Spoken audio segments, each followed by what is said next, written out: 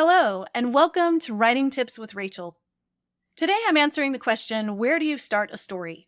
Getting started on a story is a challenging step.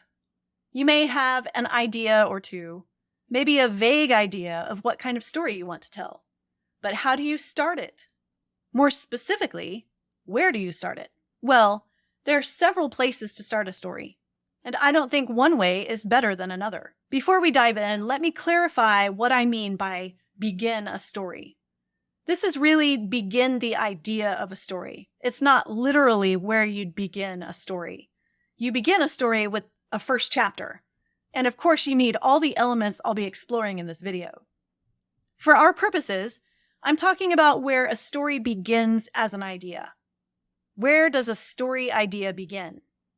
Well, there are several places a story idea can begin. My favorite beginning is with a character. It could be a character who's been in your mind for a long time, someone who's really been annoying you with their commentary on how they're so overlooked. When are you going to tell their story? Why can't you just sit down and start writing already? That's how my first story started, with a 10-year-old boy named Polly. It sounds weird, but I could hear his voice clearly in my head. He told me his story, and I recorded it on the page. And that became my book, The Colors of the Rain. So if you have a character in your head, listen really well. Ask them questions. Be curious about what they want to tell you. Begin a conversation. I know how weird that sounds, but you'll be glad you did. And if you only have a vague picture of that character, but you still have a character, start writing.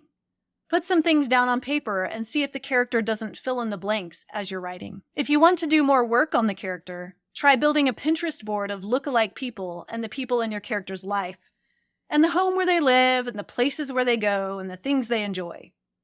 Once you start playing around with a character, they'll show you themselves. Sometimes our story ideas begin with a situation. Maybe it's a trip you really want to write about, or a family conflict that came to you in a flash, or it's a historical event that you read about in a small little article in a tiny little paper, and you wonder why you never learned about it in Texas history, when it's a huge event in Texas history that nearly obliterated an entire city. That's how my second book began. I read something that was little more than an article about the Texas City disaster. I wondered about it. I checked out every book in the library about it, and there weren't many. I was fascinated.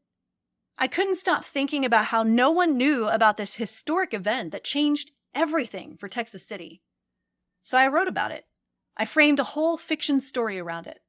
And that's how my second book, The Woods, was born. If you have a situation in mind, try writing about it from a first-person perspective. What do you think about the situation? What do you imagine a character would think about the situation? A story can't go anywhere without a character, so it's worthwhile to try out a few in that situation and see which character with which personality fits the story you envision best. And by fits the best, I don't mean which character would do the best in that kind of situation. I mean, which character would result in the most compelling story? Who has the most potential for transformation? You can also begin a story idea with a setting. I have a couple that have started like this, usually very atmospheric books that have a little bit of a spooky tone or fantasies that rely on their setting. But you can really start any kind of story with a setting. Setting can almost become like a character itself. And you can use imaginary settings or settings that you've visited or lived in before.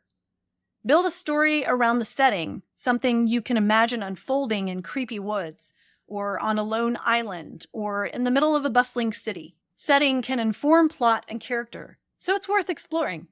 And it's a valid place to start a story. If you only have a vague setting in mind, try some of the suggestions I gave earlier. Spend some time on Pinterest. Pin some settings that look like what you have in mind. Imagine characters there, or a situation that would lend itself to the setting. Pretend the setting is a character and let it talk to you. Imagine you are in the center of the setting and you write about the things you see and feel there. Examine every corner of the setting and see if any stories present themselves to you. They probably will, if you give enough time to your setting. Most of my story ideas begin with a character, possibly coupled with a situation, but every now and then they start with only a situation or only a setting or, on the very rare occasion, a title. But that's happened before, so it's not impossible. You see that there are several different places where a story idea begins. Which one is your favorite? That's it for today's Writing Tips with Rachel. I hope these tips have been helpful to you. Be sure to subscribe to my channel for videos about books and life, and more videos like this. Thanks for watching.